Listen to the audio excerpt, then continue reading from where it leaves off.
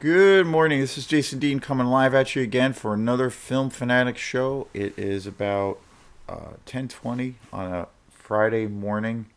Hope everyone's doing good. Hope everyone has plans for a hopefully a fun-filled weekend. It is TGIF short week. This was a holiday week, so it's a short week at work. So yeah, hope everyone's doing well. I very much looking forward to a show tonight. I'm going to see my great friend Halsey. He's playing tonight in Belfast. So I'm pretty excited. He's also a really great electronic artist and just an amazing bass player. My favorite bass player to play with, and just one of the coolest guys ever. So very excited about that. We did a show together. It was actually his debut about a year ago, and it was Halsey. He performed, and then also my band Quantum played, and so it's really great seeing how he is like been developing his sound and just trying to and playing gigs. He's been fairly busy playing gigs, and it's wonderful to see that. To me, that's just really awesome. I've been trying to be, really encouraging of him to venture out, because I know crazy thing that I do, and that I attempt to do with Quantum, it's a lot of fun, and it's super fun, and it's, a lot of work, and it's the most rewarding thing that I do for myself, but it's also incredibly hard, and I know how taxing it is to try to, like, present your baby to the world, because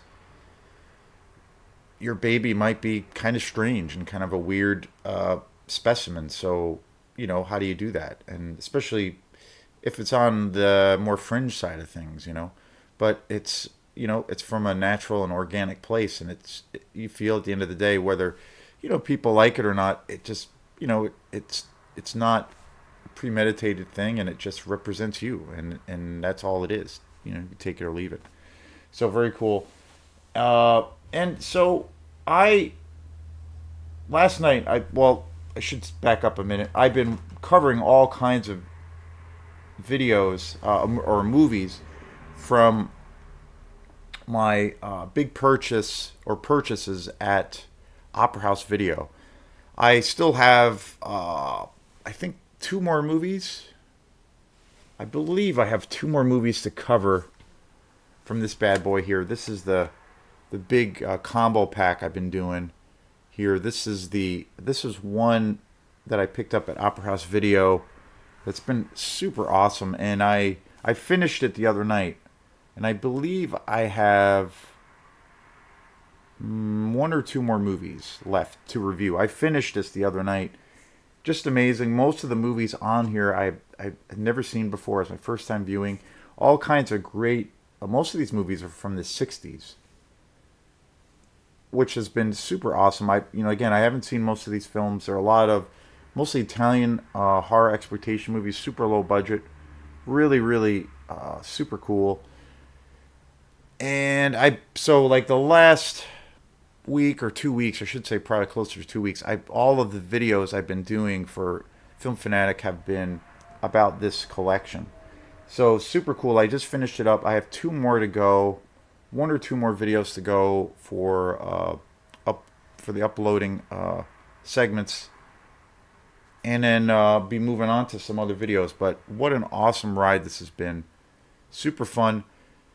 The uh, the only thing that was tough to get through was the quality of a lot of these movies. This is like the DVD quality. It's two discs, and there's movies on both sides. There's 15 movies on here. But the quality of some of the movies is pretty good. Some of the quality is pretty decent DVD quality. But most of the quality of the movies on here is kind of atrocious, and it's really hard to watch. I almost didn't make it through a couple of these movies because when I started to watch them, I realized uh, the the transfer was really bad. It was hard to watch, but I made it through, and the movies were just so damn good and entertaining that I made it all through the whole thing.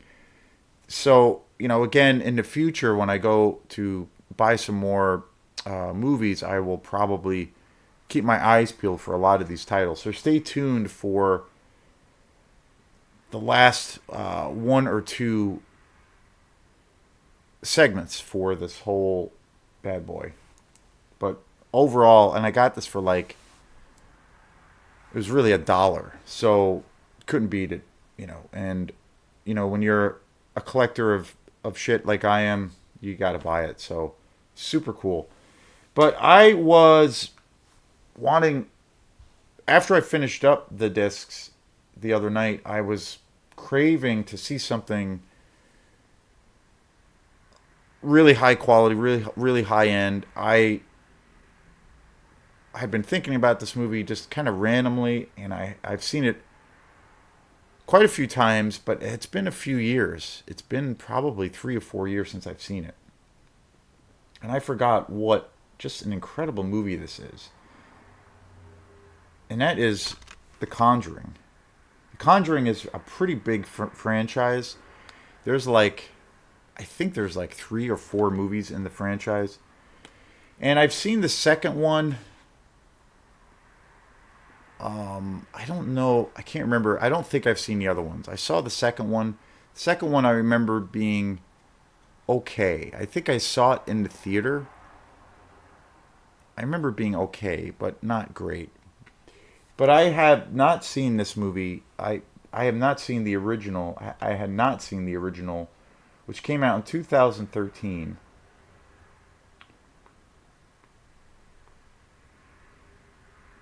And it was directed by James Wan. I hadn't seen this in quite a few years, and I was blown away by this movie. This movie, I think, even though it came out in 2013, I think this is easily one of the best contemporary horror movies ever made. And I think it's when people talk about films, horror films that are, people, now that it's like Halloween season, people are, a lot of YouTube people are putting together their lists for like their top 10 or top 20, scariest movies of all time. And, their best of the best. Because it's Halloween season, so people are talking, I kind of feel there's two different areas of horror films. Obviously most of the movies, my favorite genre is obviously the horror exploitation world. That's like my favorite jam. So I sometimes think, when people refer to Halloween movies or horror movies in general, sometimes there's like too formative or premeditated lists, and then sometimes it's unspoken. But a lot of the times people will say, okay, your favorite horror movies, or what are your favorite horror movies, or what are my favorite horror films. And for me, again, my favorite genre, and most of the movies that I cover on this channel are the kind of the horror exploitation movies from 70s and 80s. Like, that's my favorite. And especially slasher films. And, the other part of the list, too, the other list that I see a lot is sometimes a movie, out of, say you take a huge group of horror films, and they could be amazing, they could have just incredible atmosphere, they're really rich, they're really well directed, the whole 9 yards, great practical effects. And then I feel like there's another list to that, or another way of thinking about those films or that genre, where movies that are generally scary, like movies that really legitimately get under your skin and scare you. Things, movies that are made of, what nightmares are made of, and that generally get under your skin. And I think that that's a different thing a lot of the times. I think most horror films are creepy. They have some good scares, but they're really entertaining. They take you on a ride. They take you on that amusement ride that you're seeking. But then you have other films, I think, that dig into you in a different level, or can legitimately give you nightmares, and I think, like, well, for me, it's always hard to say, but I kind of feel my favorite horror film of all time is Stanley Kubrick's The Shining. I remember seeing that movie as a kid, and it just scared the shit out of me. And there's certain sequences in that movie, even now when I see it, and I've seen it so many times I can't count. I can't count that high. That it's still like gets under my skin, and it has this kind of primal thing of it just gets in. It just gets under your skin. It just gets it's in your DNA, and it has this primal thing that, like a lightning bolt that hits you. And I think there's a difference, with a film like that compared to, say, you know,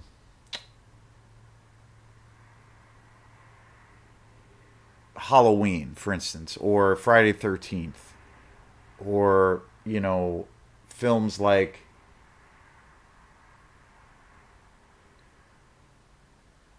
The House by the Cemetery.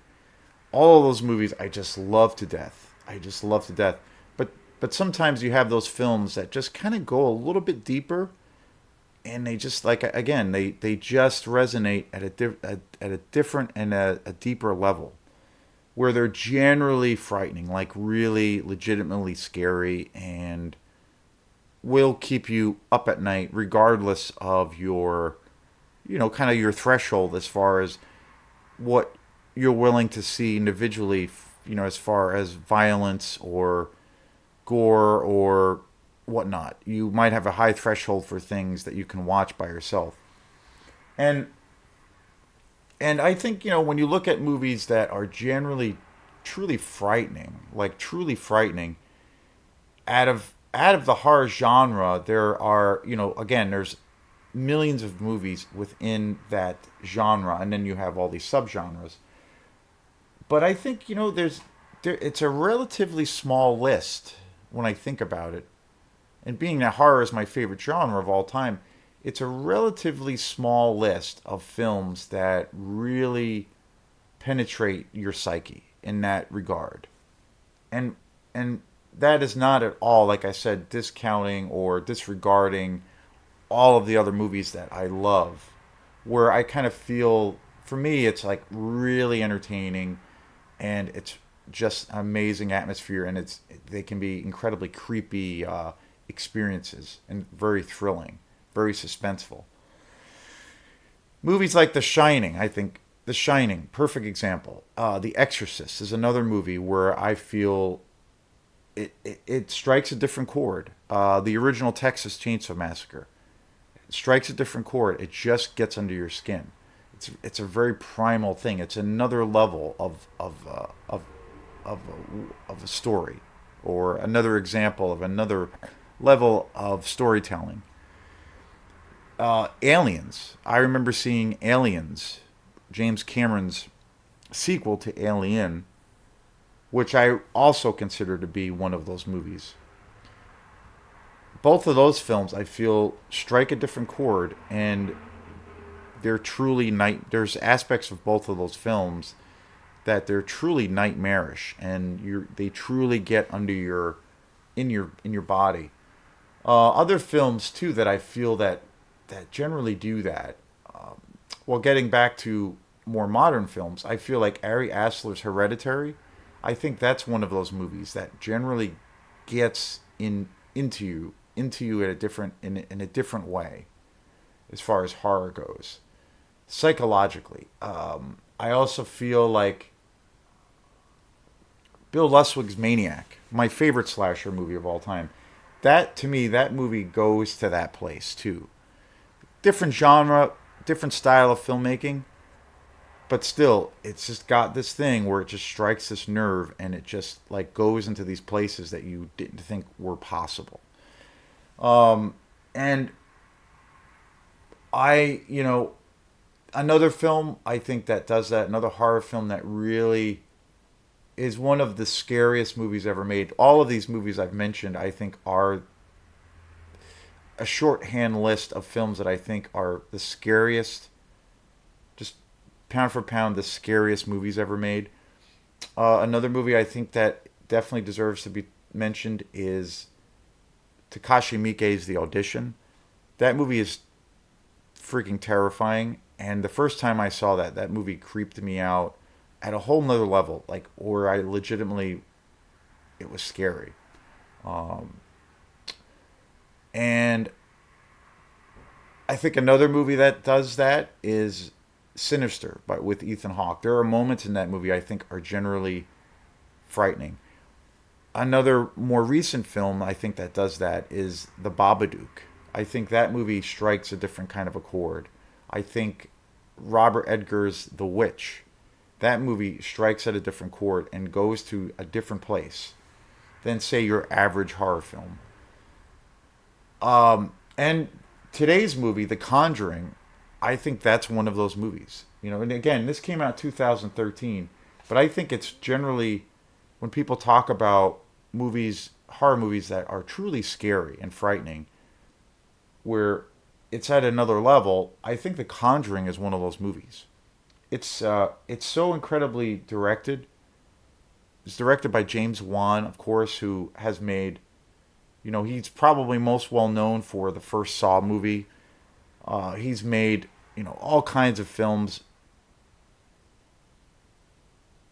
you know, Insidious, Dead Silence, which I've heard is really great, but I have not seen it and I do want to see it. Maleficent, which came out, or I should say Malignant, which came out a couple of years ago, which is actually a pretty cool movie. I do want to see it again.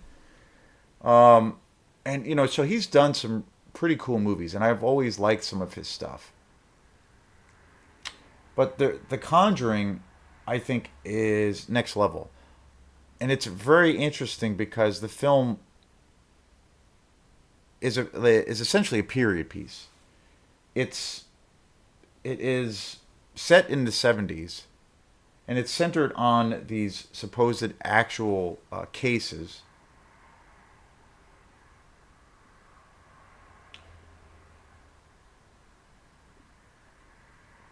that were based on, you know, supposedly these true accounts of Lorraine and Ed Warren, who were two leading people in the field of uh, parapsychology, or I should say, you know, as far as people that were involved with paranormal activity. They were two predominant figures, probably the most predominant figures in that area of basically ghost hunters, people that were trying to do research and finding out truths in supposed hauntings. And this film is supposedly based on one of those stories and one of the experience that they had that they felt was the most horrific. And so this film is shot is a period piece. It's shot. It's made to put it puts you in the year 1970. And the thing that's so cool, like the 70s, I've said many times, 70s is my favorite decade of filmmaking. And not only is it this film, The Conjuring, such a great period piece, I feel like this movie is shot in that classic 70s way. Like it doesn't rely on jump scares. It has just incredible atmosphere. It's all about the tension. There's a really great interview with some of the writers of The Conjuring, and they were talking about when they were working with James Wan, they originally had put in quite a bit of scares or jump scares, if you will, and James Wan was insistent on that there were too many in the story and that he wanted them to cut out quite a few.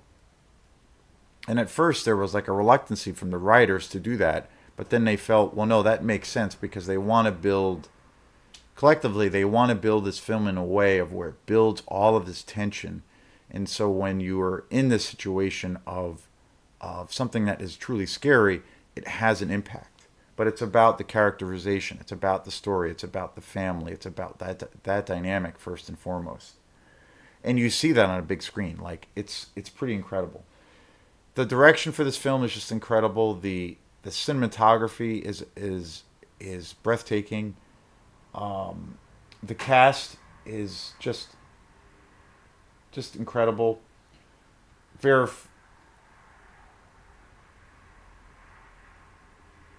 you have Vera Farminga, Patrick Wilson, Sterling Gerrans, Shannon Cook, Joey King.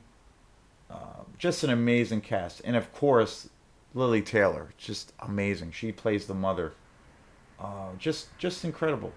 And this film, like I said, one of the reasons I love this movie so much is that not only is it a period piece, but it feels like an old school '70s horror film. Like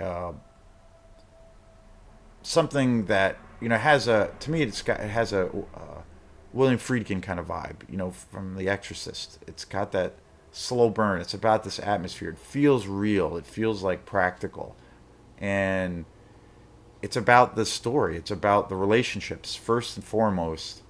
Being that's the core, and then everything else comes out of that, and everything else is part of the exterior. But the story is so well done. The screenplay was so well written, and the characters are so fleshed out that everything else just augments what you're seeing and what you're being pulled into. And it's just an incredible journey.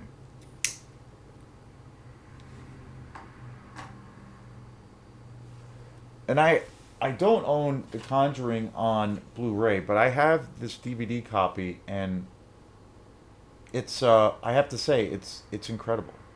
I almost feel like it's so good. I almost don't need to buy a Blu-ray for this film. It would be obviously ideal to buy this, um, on Blu-ray, but I'm really happy uh,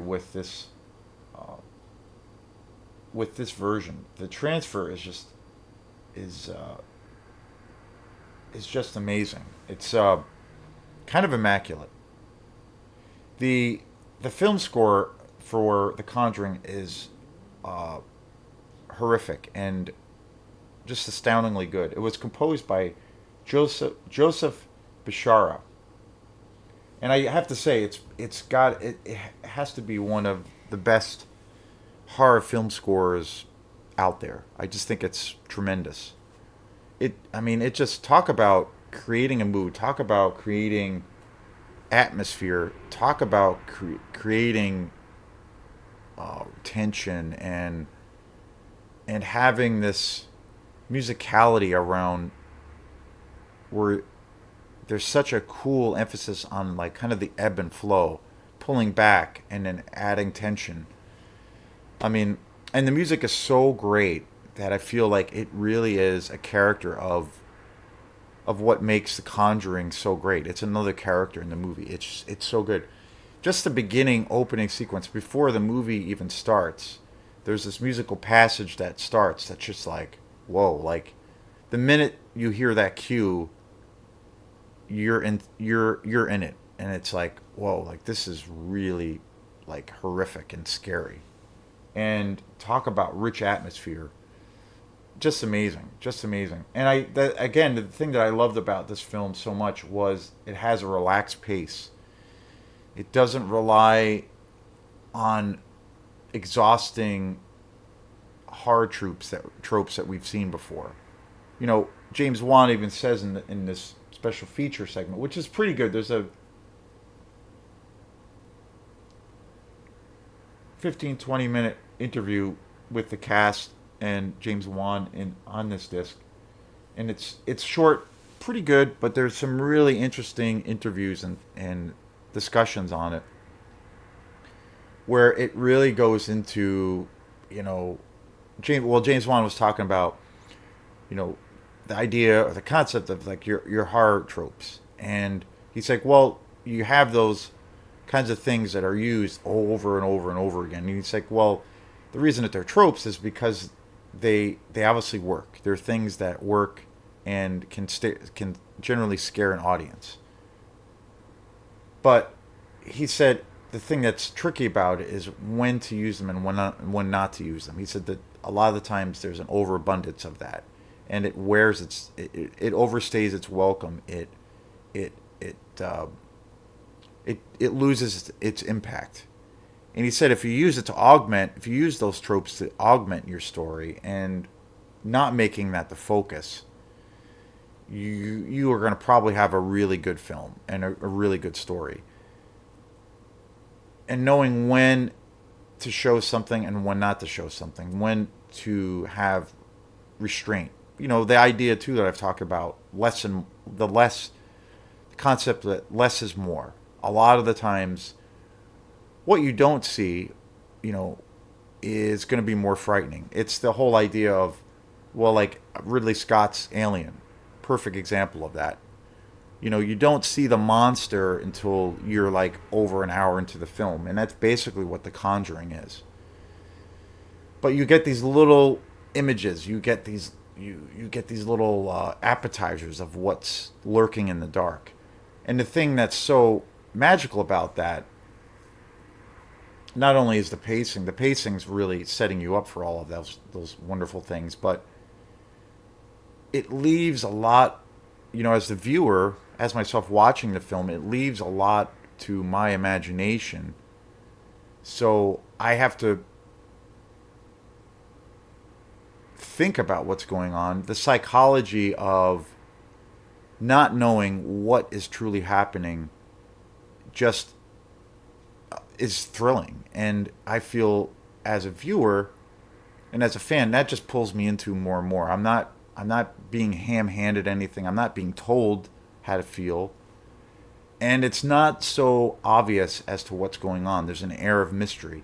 And to me, when you have those elements and when the stars are aligned in that way, you're on that ride. You're pulled in, and those filmmakers, those artists can take you anywhere.